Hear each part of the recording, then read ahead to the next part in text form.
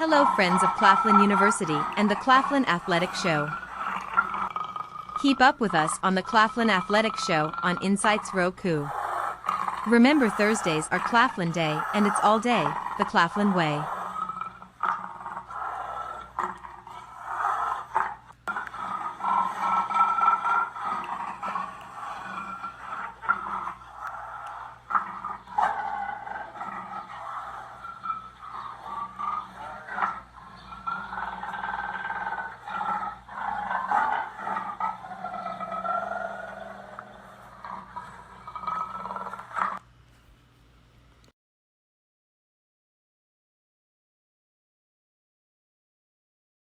Claflin University has a junior guard named Lauren Scott.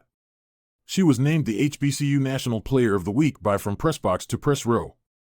Lauren Scott earned the honor after a terrific week in leading the Lady Panthers to wins at Shaw and home against St. Augustine. Lauren scored a game-high 26 points at Shaw and also bust the game winner from three-point range with 9 ticks on the clock. Talk about being cold-blooded. Then the next time on the hardwood, she kept hitting bucket after bucket and drew blood by swishing those nets for 19 points on St. Augustine. If you didn't know Lauren before, now you know. Awards only come with dubs and Claflin girls are rolling. Congrats to Lauren Scott, her family, and her Claflin Lady Panthers teammates. From INSiiGHTS Roku, home of the weekly Claflin Athletic Show, new episodes released every Thursday on INSiiGHTS Roku.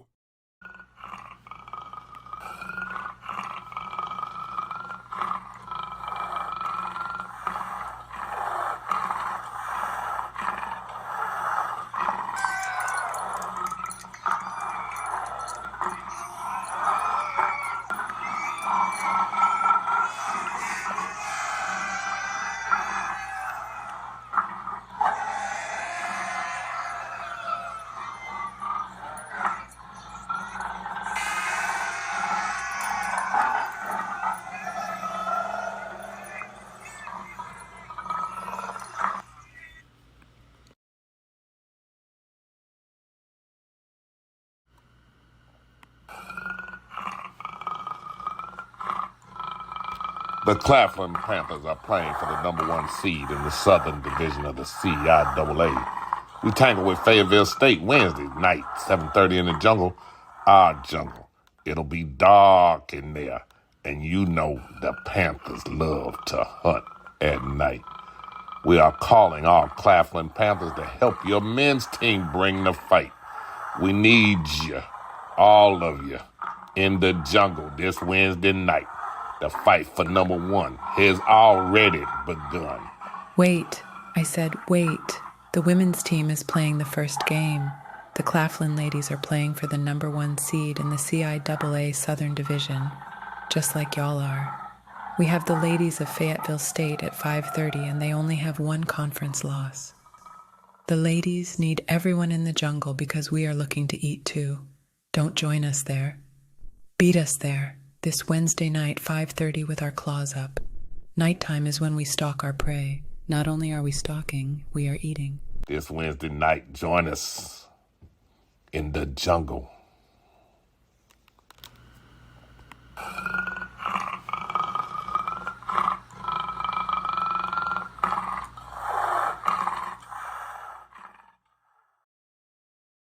Hello, everybody. Exciting time in Claflin Athletics.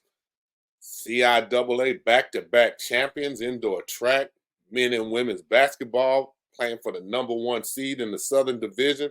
Things just popping in Claflin Athletics. And I appreciate being able to be here with hosting the Claflin Athletic Show. And we have a new baseball coach. Always when you have them new, they bring all that energy and excitement. I can't wait to bring him on to you so you can get a chance to meet, learn, and see the new baseball coach at Claflin University, Jaylan Bledsoe. Jaylan, welcome to the show. How you doing, Mr. Clay? Appreciate you for having me. Thank you, man. I'm doing good. I'm really excited about the opportunity you have over there at Claflin. Tell me about it. Well, I'm coming in with a week before the season start. Mr. O'Neill, called me and wanted me to, take up this position. And so I come in, you know, with a lot of exciting things going on, trying to get this program to where it needs to be. Yeah, you kind of have your hands full. One, the season already started, so you know your roster's set, your players are set, um, and you have to take each one of the players and student athletes like that. Well, they are yours, and just like you recruited them, you gotta work through what you have to build something out of them, coach. So, what was tell us a couple of first things you did coming in with school already starting? See, it's people don't understand how much preparation goes in even before the students arrive. And Well, so you missed that. And they're already in and acclimated. Coach, what did you have to do to try to get it started? well, when I first stepped in the door, I understood that, you know, this was going to be a tough move, especially for the student athletes. And when I got in, you know, I'm coming in, get ready for a season, so I'm making sure I got certain things that I need in order to have success throughout the year. So I'm checking for baseballs, I'm checking for uh, catchers come to be able to communicate back and forth with the catcher during games, just overall things that you need in order to have success on the field when you're stepping in. Also off the field, I'm getting class schedules, trying to make sure I kind of push the issue on academics as far as all of that goes. Okay, and what exactly does that mean? Tell us a little bit more about that, a little more detail when you have to push that about the class schedules. But because the class schedules were pretty much set when you came in, weren't they? Right. And but the thing is, the guys have to miss a lot of school, especially in the spring during the season.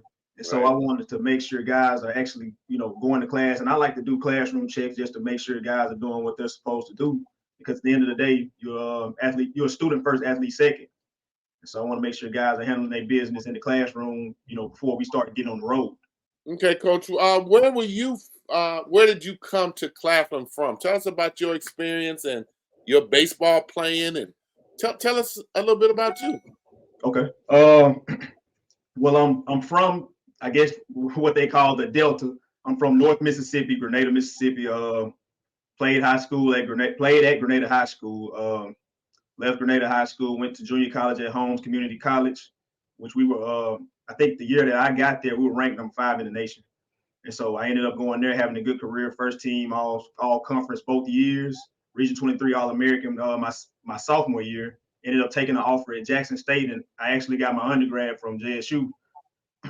So after I finished up at JSU, I went into a lot of different jobs that led me back to baseball. So I didn't start off in baseball. I actually was working as a banker at one point. And I spoke with my coach, my high school coach. He called me. He was like, "Man, you ever thought about going back into coaching?" I jumped back into it. Went back to my high school, coached. Took a job at a JUCO, Mississippi Delta Community College. Took a job there for 2 years. Left there. Took a job at Mississippi Valley for 2 years. Left Mississippi Valley.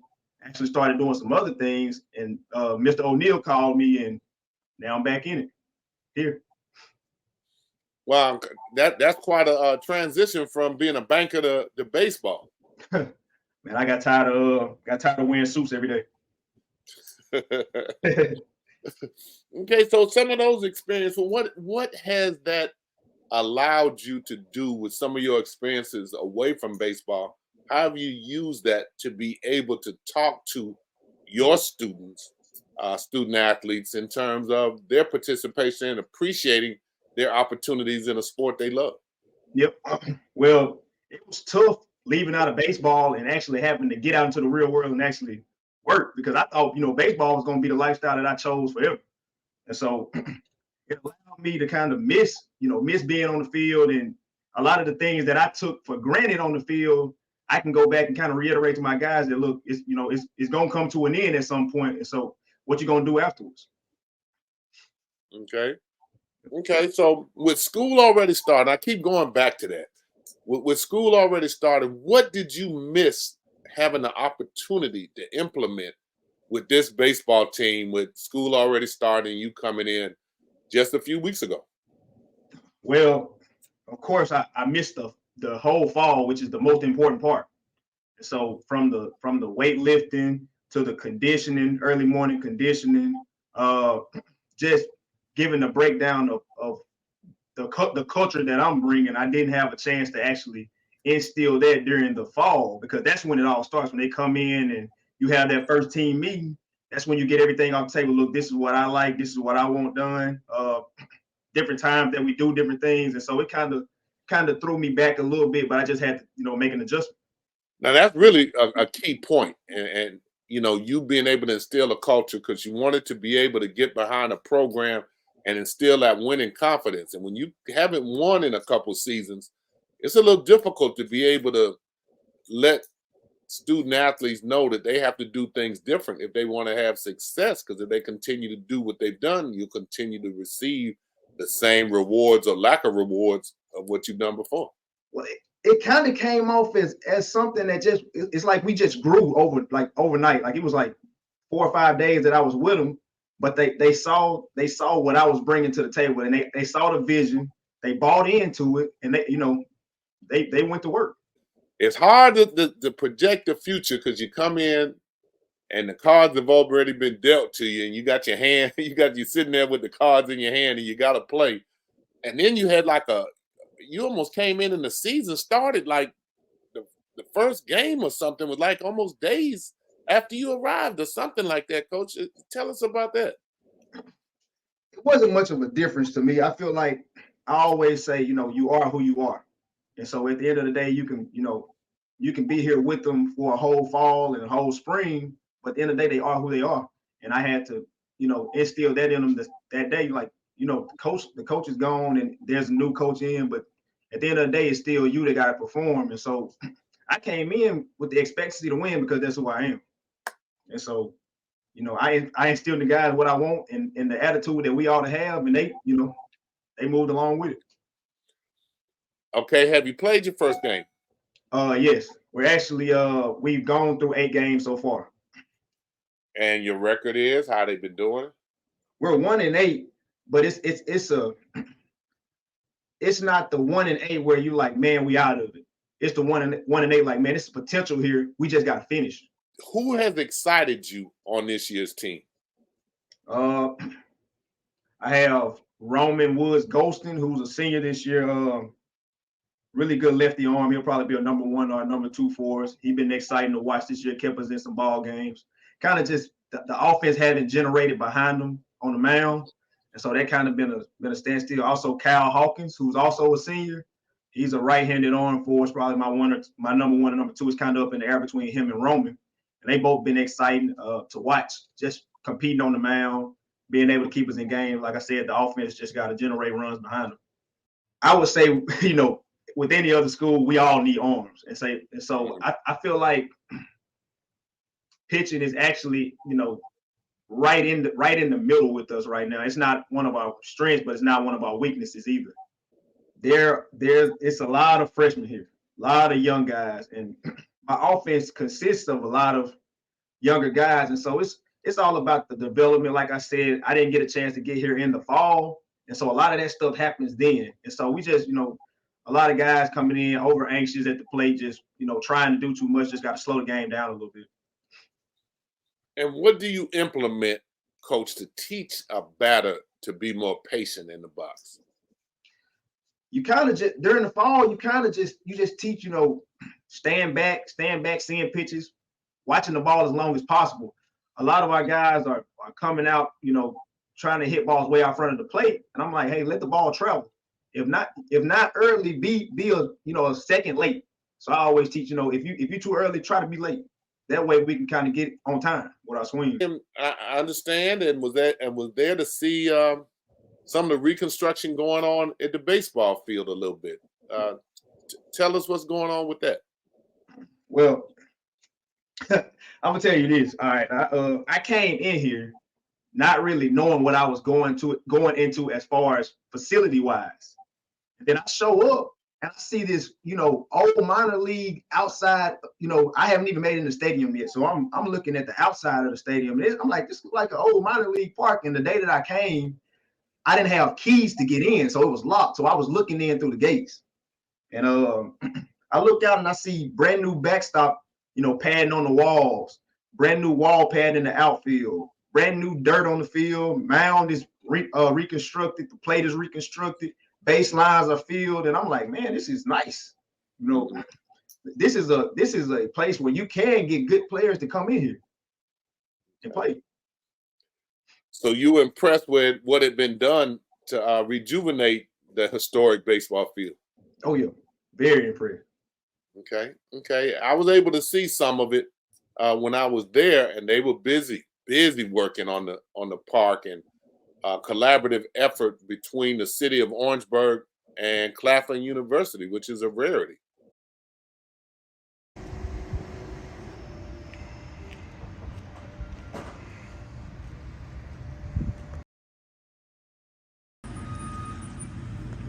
Ladies and gentlemen, we're here today, Orangeburg, South Carolina, city of Orangeburg, and a special relationship they have going on with Claflin University. With us today, we have the Claflin Athletic Director, Tony O'Neill. Tony, would you introduce these two celebrities to your audience? These gentlemen need no introduction. We got Big Sean and Big Marty. Marty's a former coach at Claflin University. Sean and I have been friends for years. He's been an administrator within the Park and Recs and City organization for years. And the two of them, along with the city manager, the mayor, the city of Orangeburg, have joined us in partnership. And we're just excited about what we're doing here in Orangeburg for our community and for our student athletes. That sounds really good there. Could y'all tell us a little bit about what you have going on here today with all this construction and renovations and enhancing the facility? Tell us a little bit about it. So one of the things we're doing, we're getting prepared to celebrate 75 years in operation. And Sir Mermo Field has served as a beacon in this community for 75 years, and we're excited about celebrating what we have here in Orangeburg. Well, tell us this, 75 years historically. Tell people a little bit about some of the historical things that have happened on this field. Well, one of what I call the most historic thing is being a film. A film was filmed here, back to the minors, Major League. And so we're excited about that. We're excited about the historic nature of this complex. We're excited about what it offers and the outlet that it is able to forge that great sense of community. We're preserving our heritage, what we call the American favorite pastime, and we're just trying to get ready for our Diamond Celebration. What is the Diamond Celebration? 75 years in operation. Wow. Going strong. Going strong. Wow, so we're actually standing on the site of a movie set. Yes, sir. Yes, sir. Major League Back to the Minors was filmed here back in the 90s, and it brought a lot of people to Orangeburg and gave Hollywood the chance to see Mermo Field. Okay. Tell us a little bit about what your role is in all this that's going on. Yes, sir. As the deputy director, Mr. Taylor and I came in, we sat down together. We sat down with Coach Scott Nestor and Mr. Tony O'Neill, and we knew some things needed to be done at Mermo. NCAA rules, we had to put up some dugout fencing, and then we were hit with the padding of the wall. And we came together, and piece by piece, we just started adding things. They were getting rid of some seating at the gym over there at Claflin, and so we scooped that up. We got it installed. We wanted to keep our historic value by keeping our press box up top, but we knew we needed a press box down below, so we got with Paragon Builders, and they had a great idea for a press box, and they helped us with that. We had Wilson Sports and Turf come out and take a look at our playing surface, which you can see behind us, and we knew we needed some upgrades with that. And so they came in, they had a great idea, and their team has been really, really good for us. What do you see as the end result? What is it that you two gentlemen would like to have accomplished on this field? I'll lead us off with this one. I want to see Orangeburg back to where it was in terms of baseball. You know, it's a baseball town. When you talk to a lot of people, we've had a lot of great players come through here. Herm Winningham, Mike Sharperson, Bill Spires, Nate Snell, just to name a few. Mookie Wilson, Preston Wilson. I know I left some people out, but it's seen a lot of great baseball players here.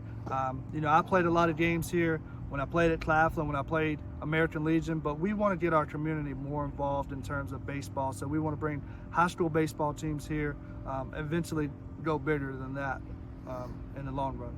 Wow, you may have left some names out, but you called some pretty substantial names too. You know, one of the things that we kind of hang our hat on, we have a mantra here in Orangeburg where we say it starts in parts. And so what we want to leave here, that what we like to say, it starts in parts, right here. And so what starts in part? Forging that sense of community, preserving our heritage, and investing in our future. And so we're very, very excited about what these upgrades, that this field, Mermo Field, will be standing long past our time. And that is what we want to leave, that lasting impression when you come to Orangeburg and you get to play in any of our place areas, that you have an experience that you'll remember, that, you know, we really want to serve you.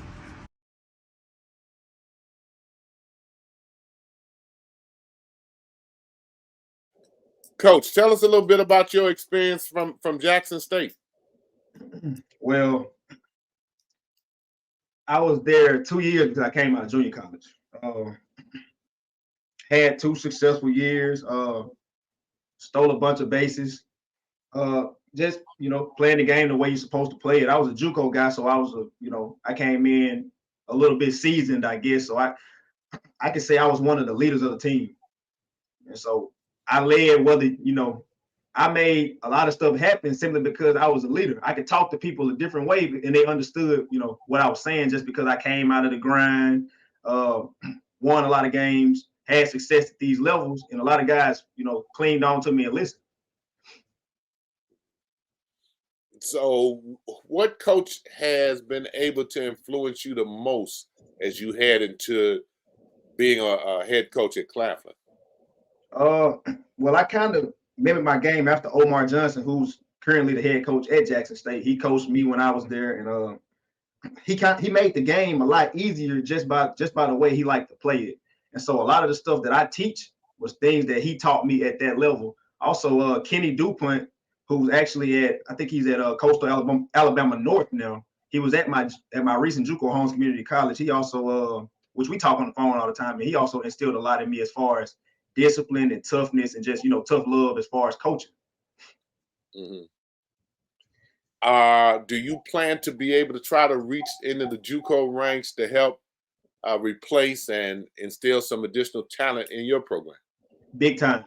Like a lot of right now in this process where I am rebuilding, JUCO is the route that you need to take because you're gonna get guys in here who's been through that grind and had success, and so they know how to overcome a lot of adversity versus bringing in a lot of young guys who have to come in, get their feet wet, just hadn't been in the grind for real, and they don't understand the sacrifices you got to make in order to be successful. Okay, Coach, what would you say to parents or the coaches about what you want to do at Claflin and how to reach you if they have a potential student athlete that they think you might be able to use? Well, this program is coming up. Like that's the only way I can do it. I'm bringing in guys who can help with the success of the program, and so that's the type of guys that if somebody bringing me a kid or sending me a kid, that's the kind of kid I want. I want a guy that come in and be a dog for my program. At the end of the day, my Twitter is my main source. A lot of the kids already have it because a lot of times I show up the game, the kids already know who I am. So I'm big time. I guess I got a big time Twitter, and so and also if you have video and you don't have Twitter, I also use my email. I check my email all the time, so you can email me jbledsoe@claflin.edu. So that's a big time source to get to me. And what's your Twitter handle? If I told you what my Twitter was right now, I'd be lying to you. Give me a second. Okay, so how are they gonna reach you on Twitter, Coach, if you don't know your Twitter handle? Well, they can type in my name. I'm looking up my Twitter now. It's Coach Bledsoe 3. Okay. That's my Twitter handle. Okay, Coach Bledsoe, the number 3. Mm-hmm. Coach Bledsoe, the number 3. Okay, anything in specific you want to say to alumni, boosters, supporters? What message would you like to send to them in closing? Well, I'm very appreciative of the opportunity.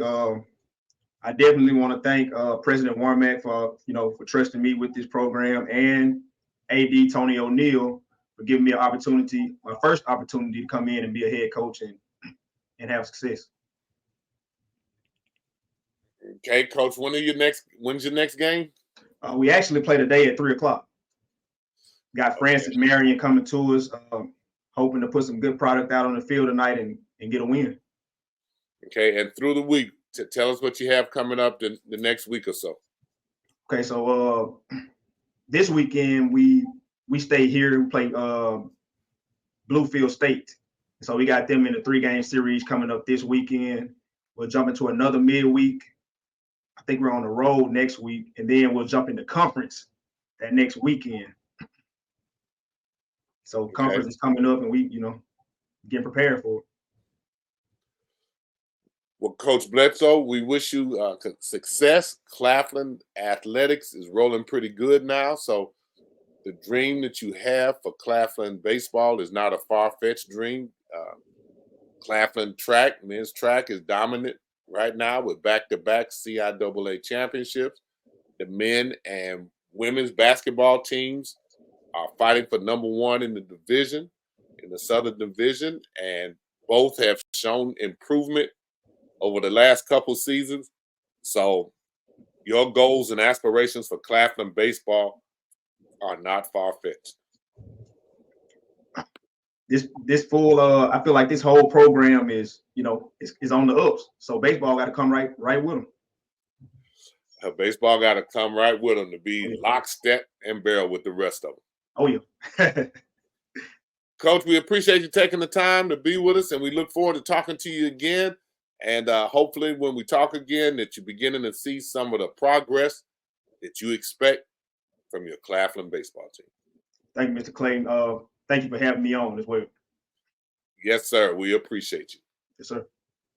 Like us on Facebook. I liked it on Facebook. Follow us on Twitter. INSiiGHTS. Yeah. 2 I's in the middle. INSiiGHTS. All right, y'all. Stay up to date with the latest from INSiiGHTS. Visit our website at INSiiGHTS.com. 2 I's in the middle. INSiiGHTS. INSiiGHTS is the copyright of MAC4 Enterprises, a Florida corporation. This broadcast is produced under the exclusive ownership of MAC4 Enterprises and is the intellectual property and trademark of MAC4 Enterprises. Comments of the host and other individual speakers on INSiiGHTS represent the independent thoughts and representation.